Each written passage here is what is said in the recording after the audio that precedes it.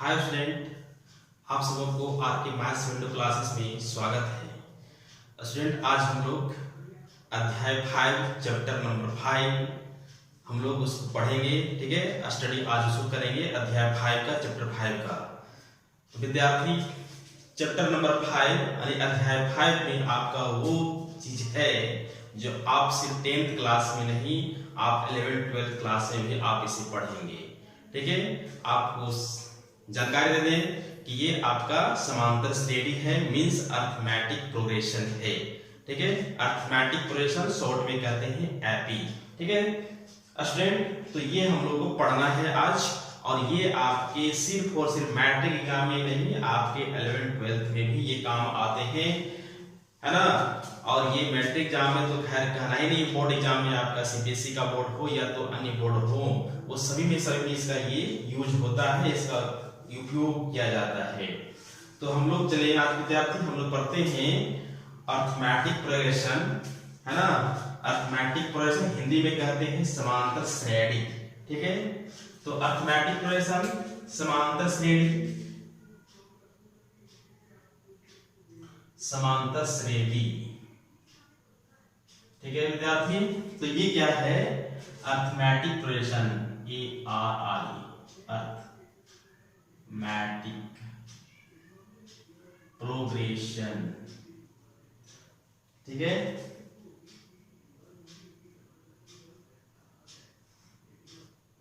तो इसको हम लोग क्या कहते हैं इंग्लिश में, शॉर्ट में इसको एपी हम लोग डिनोट करते हैं। क्या कहते हैं? एपी। ठीक है स्टूडेंट, तो हम लोग आज इसके बारे में जानते हैं आखिर ये है क्या समांतर श्रेणी। ठीक है स्टूडेंट, तो एपी क्या है?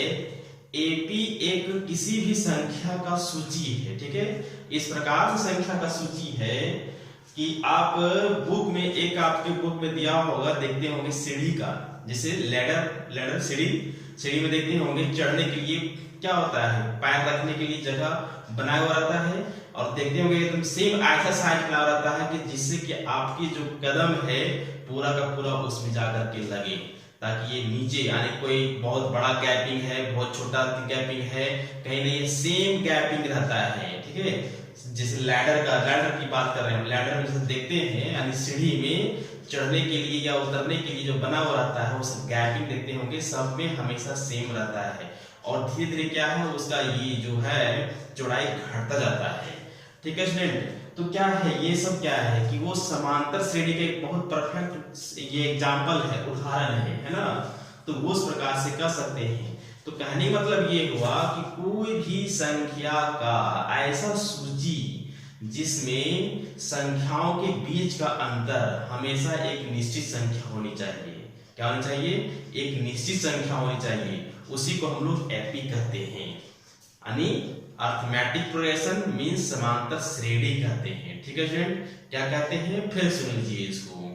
ऐसी संख्याओं की सूची जिसमें कम से कम दो संख्याओं के बीच का अंतर एक निश्चित संख्या हो। ठीक है, उसे हम लोग समांतर श्रेणी मींस एपी कहते हैं, और वह निश्चित संख्या को हम लोग सार्वंतर कहते हैं। क्या कहते हैं स्टूडेंट? सार्वंतर कहते हैं। तो चलिए अब देखिए हम लोग एपी का एग्जांपल क्या होता है। तो देखिए एपी का एग्जांपल, जैसे मान लीजिए 2 है, 4 है, 6 है, 8 है, डॉट डॉट, ये बहुत दूर तक जाएगा, है ना। तो ये क्या है? एक एपी में है। कैसे है? हम बताएं कि संख्या का सूची जिसमें संख्याओं के बीच का अंतर हमेशा एक निश्चित संख्या होना चाहिए। तो देखिए यहां से यहां तक के दोनों के बीच की अंतर क्या है ना। ये सब दोनों के बीच का अंतर क्या मिल रहा है हम लोग को? 2 मिल रहा है, 2 मिल रहा है, तो एक निश्चित संख्या मिल रहा है, निश्चित संख्या है। कहीं तो ऐसा नहीं ना है कि 4 है, 2 है तो 4 है, 8 है, ऐसा नहीं है। तो ये क्या है? निश्चित संख्या मिल रहा है, तो इसका मतलब है कि 2, 4, 6, 8, 10 डॉट डॉट क्या है? एक एपी है, एपी है। ठीक है स्टूडेंट, तो ये कहता है एपी कि संख्याओं के बीच जो है एक निश्चित संख्या होना चाहिए, एक निश्चित संख्या का इंक्रीजिंग होना चाहिए एक निश्चित संख्या के साथ में, और वो निश्चित संख्या ये जो है 2 यहाँ मिला, उसको हम लोग सार्वंतर कहते हैं। क्लियर है? ठीक है स्टूडेंट, उसको हम लोग सार्वंतर कहते हैं। तो एपी में यही चीज होता है। ठीक है स्टूडेंट, और भी उदाहरण ले सकते हैं आप, एग्जाम्पल और भी ले सकते हैं। जैसे कि हम लोग एग्जाम्पल लेते हैं, मान लीजिए 18 लिए, 30 ले लिए, और इसके बाद 8 ले लिए, उसके बाद 3 ले लिए, उसके बाद -2 ले लिए, इसे डॉट डॉट। तो देखिए अब क्या है, एक निश्चित संख्या, क्या बताया आपको कि संख्याओं के बीच में एक निश्चित संख्या होनी, संख्याओं का अंतर होना चाहिए। तो देखिए ये दोनों के बीच में क्या क्या है, 5 का है ना। ये देखिए यहाँ पे भी 5 का अंतर है। बताएंगे इसके आगे में हम लोग डी कैसे निकालते हैं, क्योंकि डी तो उसी को कहते हैं जो निश्चित संख्या में होता है, लेकिन डी निकालने के लिए भी कुछ इसका मेथड है। ठीक है, उसको बताएंगे। बहुत ज्यादा नहीं है, हल्का है, लेकिन थोड़ा सा कि आप ये समझा रहे हैं कि दो संख्याओं के बीच का अंतर यानी एक निश्चित संख्या होती है, वो आप बता रहे हैं। तो एक निश्चित संख्या होगी, दो संख्याओं के बीच का अंतर, तो हम लोग उसको एपी कहेंगे, और उस निश्चित संख्या को हम लोग सार अंतर कहेंगे। लेकिन सार अंतर निकालने के लिए क्या कहा जाता है कि जो संख्या का सूची दिया हुआ रहता है, जैसे कि यहाँ पे अभी हम लिखे 18, 13, 8, 3, -2 डॉट डॉट। तो सार अंतर का मतलब ये हुआ कि इसको यानी 13 - 18 करेंगे हम लोग, 13 - 18 -5 हो जाएगा। तो देख सकते हैं फिर हम लोग क्या मिलेगा, इस प्रकार से 8 - 13 करते हैं, 8 - 13 तो भी -5 आएगा, यानी सभी में क्या क्या अंतर आएगा, -5 का डिफरेंस आ रहा है, -5 का अंतर आ रहा है। तो कहने मतलब ये हुआ कि ये जो है सार अंतर -5 हो जाएगा। ठीक है स्टूडेंट, सार अंतर क्या हो जाएगा, -5 हो जाएगा। तो इस प्रकार से हम लोग एपी को कहते हैं क्या, कि संख्याओं के ऐसा सूची जिसमें संख्याओं के बीच का अंतर हमेशा एक निश्चित संख्या होनी चाहिए। ठीक है, उसे हम लोग समांतर श्रेणी कहते हैं, और उस निश्चित संख्या को हम लोग सार अंतर कहते हैं। तो चलिए देखते हैं हम लोग अब सार अंतर के लिए क्या करते हैं।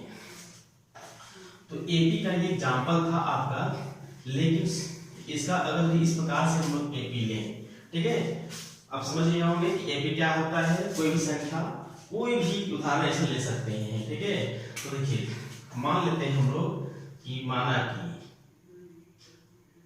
माना कि A1, A2, A3, A4 dot dot, ये एक एपी है, एक एपी है। ठीक है स्टूडेंट, तो इसको हम लोग A1 को कहेंगे, A1 बराबर कहेंगे इसको प्रथम पद कहेंगे। क्या कहेंगे, प्रथम पद कहेंगे, पहला पद कहेंगे। अब आपको बता रहे थे सारवंतर, सारवंतर क्या होता है, तो देखिए अब सारवंतर बता रहे थे आपको कि एक निश्चित संख्या है, इसको इंग्लिश में कहते हैं कॉमन डिफरेंस, सारवंतर है ना, इसको कहते हैं इंग्लिश में कॉमन डिफरेंस। ठीक है स्टूडेंट, कॉमन डिफरेंस कहते हैं इसको। तो क्या कहते हैं, यानी सीडी, इसको शॉर्ट में कहेंगे हम लोग सीडी कहते हैं, सीडी। ठीक है, मींस ये हो गया, यानी इसको डी भी लिख सकते हैं। तो सार अंतर डी बराबर क्या होता है, A2 यानी द्वितीय पद, इसको प्रथम पद कहेंगे, इसको द्वितीय पद हो जाएगा, A3 तृतीय पद हो जाएगा। तो A2 - A1 बराबर A3 - A2 बराबर A4 - A3, इस तरह से हम लोग का डी निकलेगा। जैसे एग्जाम्पल अभी आपको दिए थे हम कि यहाँ पे देखिए 18 है, 13 है, 8 है, उसके बाद 3 है ना, डॉट डॉट। इस तरह से हम लोग इसका एक उदाहरण लेते हैं। देखिए यहाँ पे प्रथम पद A1 बराबर क्या हो जाएगा, 18 हो जाएगा, और सार अंतर यानी डी बराबर क्या मिलेगा हम लोग को, देखिए सार अंतर डी बराबर क्या लिखे, A2 - A1, तो ये हम लोग को A1 हो गया, ये हम लोग को A2 हो गया, A3 हो गया, A4 हो गया। तो देखिए A बराबर क्या लिखे, A2 - A1, तो A2 - A1 बराबर A3 - A2। आगे निकालने की जरूरत नहीं है, बस दो निकाल के देखिए को बराबर आता है कि नहीं आता है। बराबर आ गया ये, यानी एक निश्चित संख्या मिल गया, तो मींस ये सार अंतर उसी का निकल गया, है ना। तो देखिए यहाँ पे A2 का मान, A2 का वैल्यू हम लोग क्या है, 13 है, और माइनस यहाँ 18 इक्वल टू, फिर A3 का मान 18 है, माइनस A2 का मान ये 13, इसको माइनस करेंगे हम लोग तो क्या निकलेगा, -5 बराबर -5 यानी मीन्स डी, यानी डी बराबर क्या हो जाएगा फाइनली -5 हो जाएगा। प्रथम पद 18 हो जाएगा इस एपी का, और डी क्या हो जाएगा -5। तो इस प्रकार से स्टूडेंट आप इसको संख्याओं की सूची दिया हुआ रहेगा तो उसका सार अंतर और प्रथम पद तो ये लिख ही सकते हैं। जैसे कि मान लीजिए उदाहरण में और एक एग्जांपल देते हैं आपको। हम लोग को दिया हुआ है इस प्रकार से कि यहाँ पे दिया हुआ है 1/2 1 3/2 और ये 2 डॉट डॉट ये दिया हुआ है। ठीक है स्टूडेंट, तो हम लोग यहाँ पे प्रथम पद क्या हो जाएगा 1/2 है ना, a1 बराबर, ठीक है a1 मीन्स प्रथम पद है ना, ये प्रथम पद बराबर 1/2 हो जाएगा। उसके बाद सार अंतर यानी कॉमन डिफरेंस, ठीक है, सार अंतर मीन्स डी बराबर क्या हो जाएगा सेकेंड माइनस फर्स्ट। तो सेकेंड में क्या है 1 है, 1 माइनस फर्स्ट में क्या है 1/2 है, तो 1/2, तो इसको एलसीएम लेंगे तो 2 - 1/2 इक्वल टू 1/2 यानी डी इक्वल टू क्या आ जाएगा 1/2 हो जाएगा।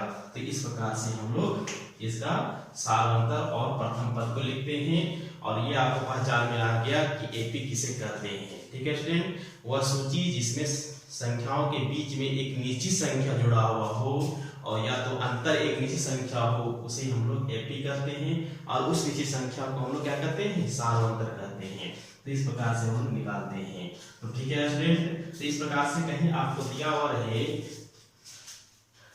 ये संख्याओं का सूची दिया हुआ रहे तो आप इसको खूब आराम से निकाल सकते हैं कि इसका प्रथम पद और सार अंतर क्या होगा। जैसे कि आपको एक क्वेश्चन देते हैं इस प्रकार से कि हम लोग के पास में रहे 3 5 7 9 डॉट डॉट, तो आप यहाँ बता सकते हैं कि प्रथम पद क्या हो जाएगा 3 हो जाएगा, और कॉमन डिफरेंस डी का वैल्यू 5 - 3 लिखेंगे है ना, 5 - 3 तो क्या हो जाएगा 2 बचेगा, डी बराबर 2 हो जाएगा, a इक्वल टू 3 हो जाएगा तो d इक्वल टू 2 हो जाएगा। ठीक है स्टूडेंट, तो इस प्रकार से हम लोग इसको पहचान लेते हैं और निकालते हैं सार अंतर है ना। यार दोनों के बीच में निश्चित संख्या नहीं रहेगा, निश्चित संख्या का अंतर सेम संख्या नहीं रहेगा तो उसको हम लोग एपी नहीं कहेंगे। ठीक है, तो इस प्रकार से एपी का ये इंट्रोडक्शन था। अब हम लोग इसको चलते हैं ये अध्याय 5 का 1 नंबर क्वेश्चन में क्या बताता है। अध्याय 5 वाली एक्सरसाइज 5.1 का 1 नंबर में क्या बताता है। उसके पहले विद्यार्थी ये भी जान लीजिए स्टूडेंट कि एपी का व्यापक क्वेश्चन ये थे, अभी क्या ये थे माना कि a1 a2 a3 a4 dot dot क्या है एक एपी है ना, एपी है। तो यहाँ पे देखिए ये जो है हम लोग a1 a2 को क्या लेते हैं a1 की जगह पे हम लेते हैं क्या इसको a प्रथम पद हो गया, इसको a प्लस डी लेते हैं, इसको a प्लस 2d लेते हैं, a प्लस 3d लेते हैं, पहला पद दूसरा पद तीसरा पद चौथा पद डॉट डॉट क्या है एक व्यापक एपी है। ठीक है, ये क्या है व्यापक एपी है, यानी एपी का कोई भी चीज से बैठा दीजिए तो आपका ये मान निकलता चला जाएगा। ठीक है स्टूडेंट, ये आपका निकलता चला जाएगा।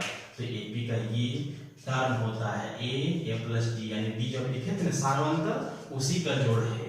ठीक है, जैसे मान लीजिए जैसे अच्छा ठीक है क्वेश्चन में देखते हैं हम लोग है ना, क्वेश्चन में इस प्रकार से हम लोग देखते हैं, इस प्रकार से हम इसका यूज करेंगे प्रयोग करेंगे। ठीक है स्टूडेंट, तो देखिए क्वेश्चन नंबर में हम लोग क्या देखते हैं और ये एक्सरसाइज 5.1 में, ठीक है एक्सरसाइज 5.1 में देखिए एक्सरसाइज 5.1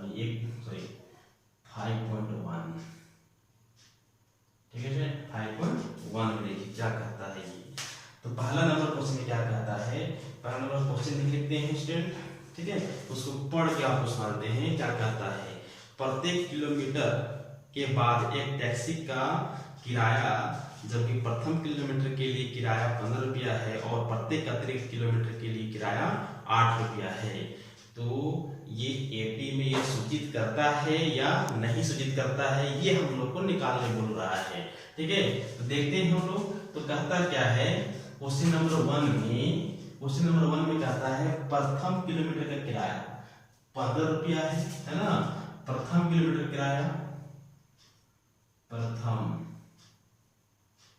किलोमीटर की किराया, ठीक है, किलोमीटर की किराया, इसको इसे लिखते हैं की नहीं करते हैं सिर्फ, है ना। किलोमीटर की किराया बराबर कितना दिया हुआ है 15 रुपया। ठीक है, उसके बाद यानी ये A1 हो गया प्रथम पद, यानी A1 बराबर 15 हो गया। दूसरे किलोमीटर की किराया, दूसरी किलोमीटर की किराया बराबर क्या हो जाएगा, दूसरे किराया बराबर क्या हो जाएगा, इसमें जुड़ रहा है और कितना 8 रुपया, है ना। तो ये 15 प्लस 8 हो जाएगा, यानी ये तो आपका A2 हो जाएगा। कितना मिलेगा यहाँ से 15 प्लस 8 मीन्स 23 मिल जाएगा। ठीक है, तो तीसरे किलोमीटर किराया, है ना, तीसरे किलोमीटर की किराया बराबर क्या हो जाएगा यहाँ पे हम लोग को 15 प्लस 8 मीन्स A3 निकल जाएगा। A3 बराबर क्या हो जाएगा 15 प्लस 8 क्या हो जाएगा 16, 15 कितना हो जाएगा 31 हो जाएगा, है ना। ये आ जाएगा आपका 31 हो जाएगा। तो देखिए ये क्या मिल रहा है हम लोग को, A1 15 हो गया, ये 23 हो गया, ये 31 हो गया। ठीक है, तो इस प्रकार से हम लोग को मिल रहा है। क्या क्या मिल रहा है देखिए यहाँ पे, तो हम लोग यहाँ पे D निकाल के देखेंगे। D बराबर सार्वंतर, यानी पहला पद और दूसरा पद तीसरा पद दिया हुआ है, तो A2 माइनस A1 बराबर A3 माइनस A2। देखते हैं अगर ये बराबर आ गया तो AP में है, बराबर नहीं आया तो ये AP में नहीं है। तो क्या हो जाएगा यहाँ पे A2 का हम लोग को 23 आया माइनस 15 बराबर ये आया 31 माइनस 23। तो क्या आ रहा है D बराबर हम लोग को यहाँ ये 8 हो जाएगा, बराबर यहाँ भी 8 हो जाएगा। मीन्स क्या है ये एक AP में है। ठीक है स्टूडेंट, क्या कहता है कि इस प्रकार कह सकते हैं कि ये प्रश्न है ये AP में है ना। अतः संख्याओं की सूची एक AP में है, एक AP है। अतः संख्याओं की सूची एक AP है। ठीक है स्टूडेंट, ये मिल जाएगा हम लोग को। पहला में इसका इस तरह से बनाएंगे हम लोग, इसका मिलेगा। ठीक है, तो अब नेक्स्ट में देखते हैं इसका हम लोग क्या दिया हुआ है नेक्स्ट का। ये देखिए एक्सरसाइज 5.1 का सेकेंड नंबर क्वेश्चन क्या बता रहा है कि किसी बेलन, है ना, कहता है किसी बेलन में उपस्थित हवा की मात्रा जबकि वायु निकालने वाले पंप तो प्रत्येक बार बेलन की हवा का 1/4 भाग बाहर निकाल देता है। यानी एक बेलन है, पाइप हवा मारने वाला, आप देखे होंगे साइकिल में हवा लगाते हैं हम लोग, है ना। उसमें क्या करता है जितना बार भी मारते हैं तो 1/4 भाग हवा निकाल देता है। तो मारते जाइएगा हवा निकलते जाइएगा, मारते जाइएगा हवा निकलते जाएगा। तो मान लेते हैं कि पाइप में यानी बेलनाकार पाइप में x हवा भरा हुआ है ना। तो प्रथम बार क्या निकालेगा, है ना। तो हम लोग का ये हो जाएगा, तो प्रथम बार क्या हो जाएगा तो हम लोग पहले मान लेंगे, है ना। माना कि बेलन में x हवा भरा हुआ है, x हवा भरा है। ठीक है, तो क्या है प्रश्न से क्या करता है 1/4 भाग निकाल देता है। तो पहली बार में पहले क्या है इसका पहला बार करता है ना। तो ये हो जाएगा पहली पाइप में हवा की मात्रा बराबर पहली बार, है ना, पहली बार पंप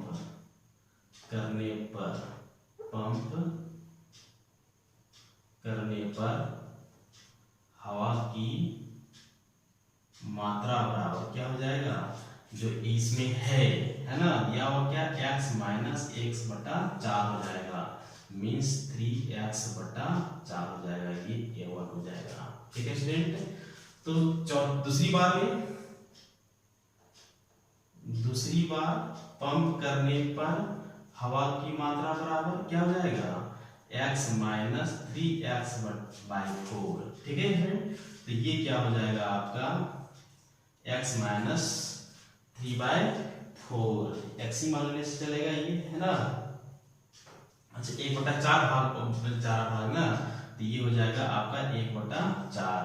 तो यहाँ से क्या करते हैं हम लोग इसको, ये जो है यहाँ से एक x को कॉमन ले लेते हैं। ठीक है, x को कॉमन लेंगे हम लोग, ये हो जाएगा x 3/4, 1 माइनस 3/16 हो जाएगा।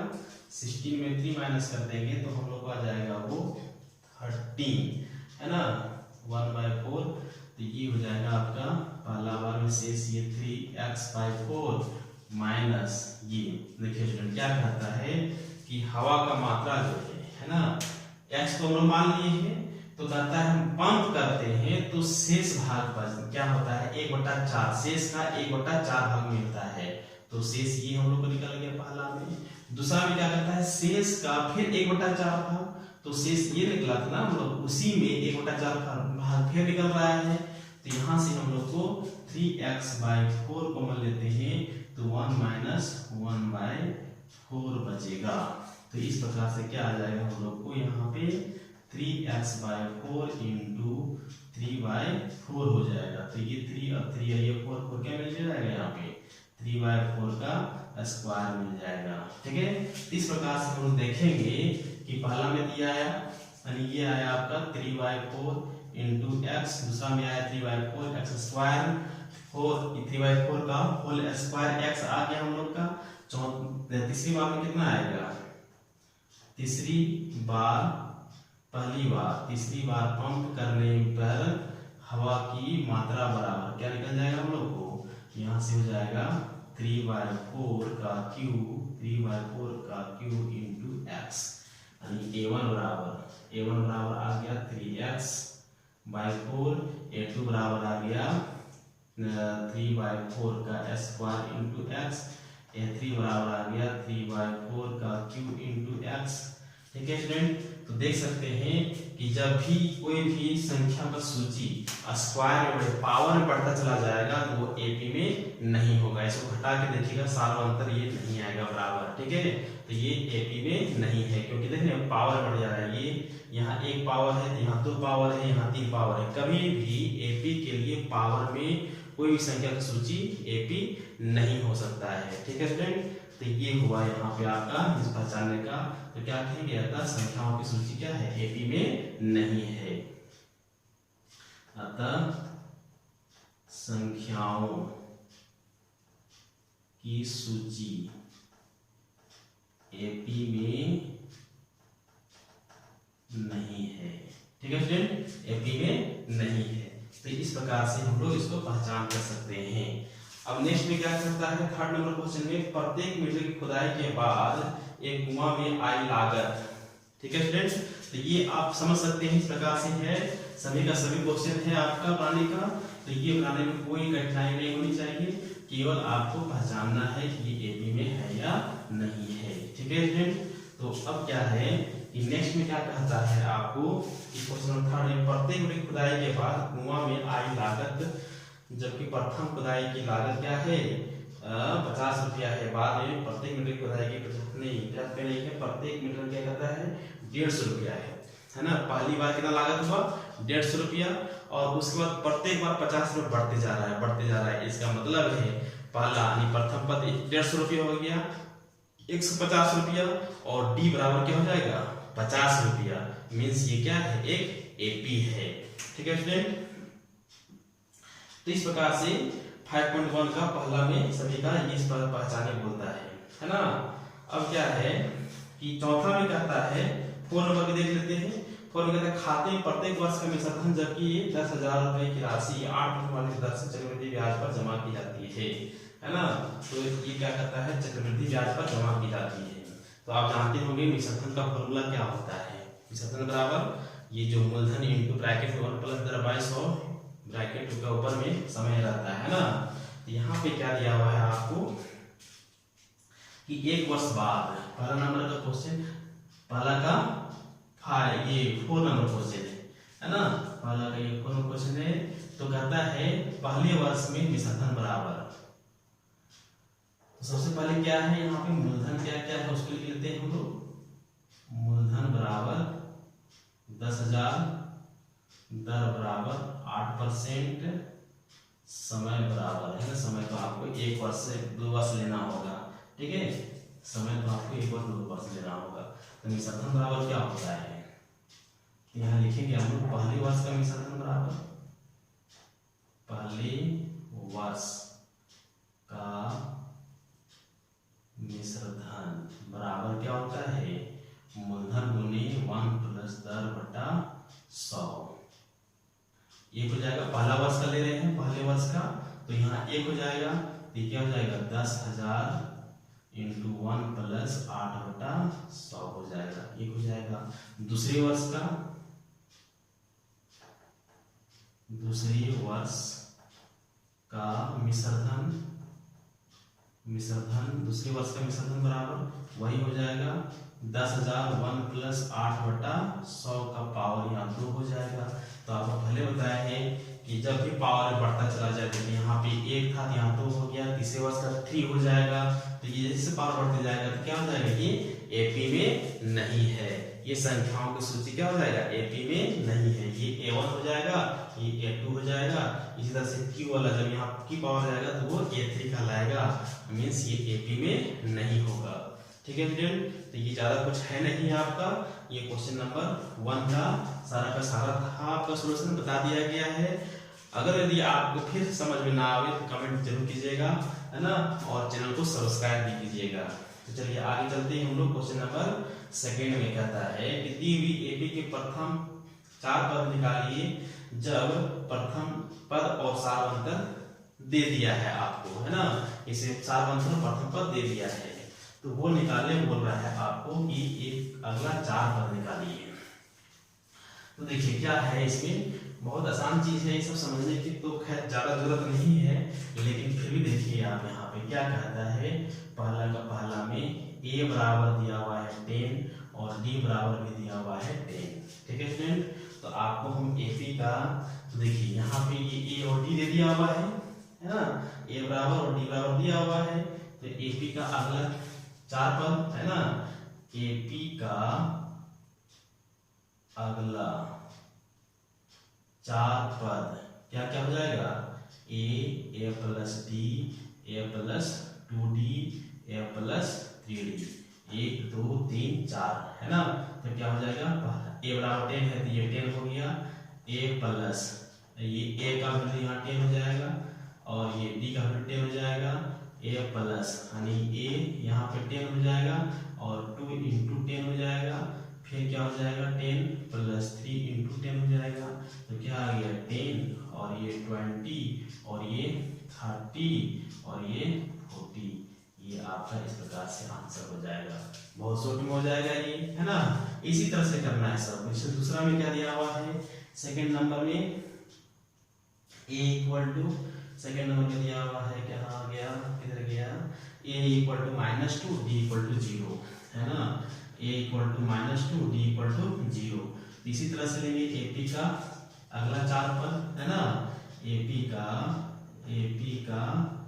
4 पद क्या हो जाएगा, a है ना, a plus d, a plus 2d, a plus 3d।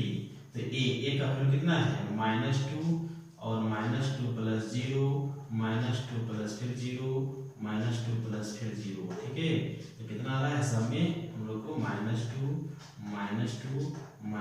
Dot dot, ये आपका हो जाएगा, है ना फ्रेंड। तो ये बहुत ही आसान है। आगे में क्या करता है कि ए बराबर 4 दिया हुआ है, डी बराबर -3 दे दिया हुआ है। देखिए यहाँ पे अलग अलग चीज दिया हुआ है।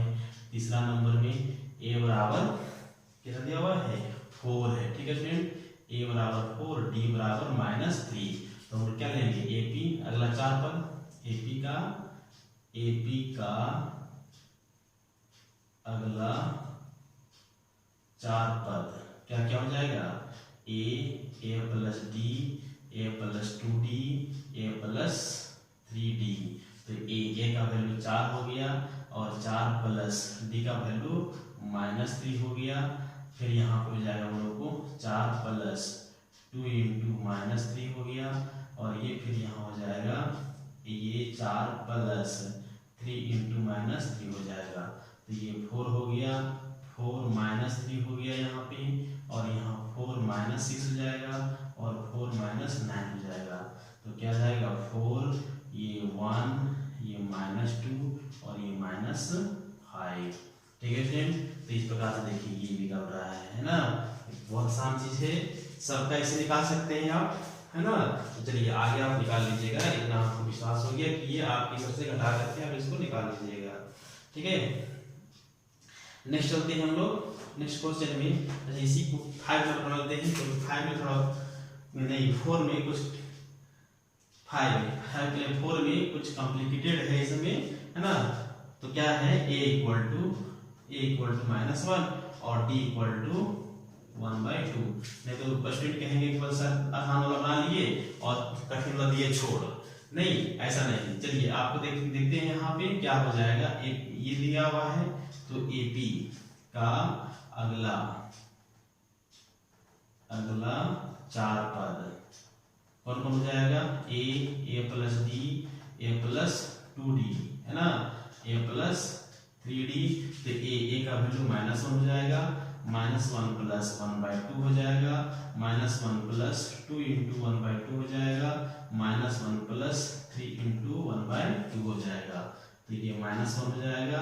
यहाँ से एलसीएम लेंगे हम लोग तो -2 यानी -1/2 हो जाएगा और यहाँ से 2 कैंसिल हो जाएगा, ये 0 हो जाएगा और यहाँ से 3 तो 2 प्लस 3 यानी 1/2 हो जाएगा, डॉट डॉट ये आपका आंसर हो जाएगा, ठीक है स्टूडेंट। तो इस प्रकार से हम लोग बनाते जाएंगे, है ना। 5 नंबर भी आप इस तरह से दिया हुआ है तो बना सकते हैं इसका, है ना। तो ये क्वेश्चन नंबर 2 का, है ना, क्वेश्चन नंबर ये 2 का था आपका सॉल्यूशन, ये पूरा का पूरा ये है क्वेश्चन नंबर 2 का, है ना। तो चलिए अब आगे चलते हैं हम लोग क्वेश्चन नंबर 3 में, ठीक है। क्वेश्चन नंबर 3 क्या कहता है, तो इस तरह से आप कोई दिक्कत नहीं है, कठिन नहीं है ना। अब आगे हम लोग देखते हैं क्वेश्चन नंबर 3 में क्या कहता है कि 3 नंबर क्वेश्चन क्या है यहाँ पे आपका कि निम्नलिखित प्रत्येक एपी के प्रथम पद का सारांतरण है। बहुत आसान चीज है ये, प्रथम पद का सारांतरण डी का मान निकालने बोल रहा है, ठीक है स्टूडेंट। तो ये तो ज्यादा कठिन नहीं है, ये तो आप निकाल सकते हैं इसको खूब आराम से, लेकिन फिर भी हम एक आपको बता देते हैं, ठीक है। जैसे कि 3 का तीसरा क्वेश्चन नंबर 3 का, चलिए शुरुआत ही करते हैं पहला से। पहला में क्या दिया हुआ है 3, है ना, 1 -1 3 डॉट डॉट ये दिया हुआ हम लोग का।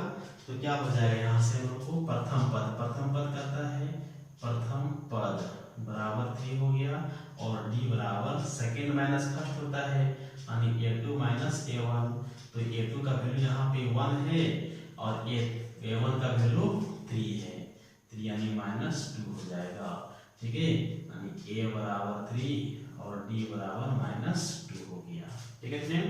बहुत आसान चीज है, इसी तरह से निकालना है आपको, कोई दिक्कत नहीं है, कहीं भी क्या होगा।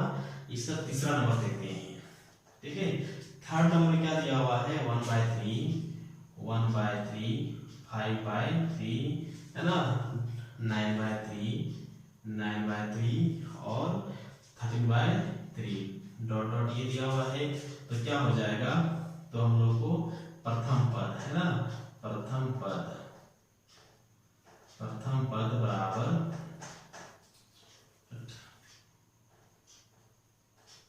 प्रथम पद क्या हो जाएगा 1/3 और d बराबर सेकेंड माइनस फर्स्ट यानी 5/3 माइनस 1/3 यानी d इक्वल टू हो जाएगा 4/3।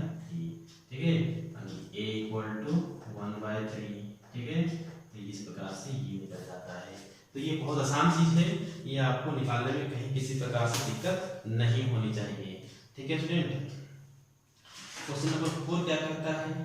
ठीक है, क्वेश्चन नंबर 4 में भी क्या कहता है कि कौन कौन एपी है, यदि एपी है तो उसका सारांतर ज्ञात कीजिए और उनके 3 और पद लिखिए। ठीक है, जैसा कि अभी बताया आपको, तो सेम सब एक ही जैसा क्वेश्चन है, किसी भी आपको बनाने में कोई प्रॉब्लम तो इसमें नहीं होनी चाहिए, है ना। आप इसको खूब आराम से बना सकते हैं। कहता है कि कौन कौन एपी में है, तो आपको पहले बताए हैं कि एपी में होने के लिए उसके सार अंतर हमेशा बराबर होना चाहिए। ठीक है, अगर एपी में है तो सारांतर ज्ञात कीजिए, निकालने बोल रहा है, और नहीं तो एपी में सारांतर ज्ञात कीजिए और उसका अगला 3 पद भी निकालिए। तो इसके पहले हम बताए थे 3 पद निकालने के लिए a plus D, a plus 2d, a plus 3d। तो वहां देख लेना है कि उसके आगे क्या होगा, है ना, उसके आगे वाला में क्या बनेगा, उसको इस तरह से बनाना है। ठीक है स्टूडेंट, ये जो है बहुत आसान चीज है, इसको ज्यादा समझने में आपको कठिनाई नहीं होनी चाहिए, है ना। तो ये आपका ये एक्सरसाइज 1.5 का है ना। तो इस तरह से हम लोग देख सकते हैं, बहुत आसान चीज है, आपको केवल एपी का इसमें इंट्रोडक्शन था, है ना, केवल इंट्रोडक्शन है इसमें एपी का। ठीक है स्टूडेंट, तो आज का क्लास इतना ही। Thank you.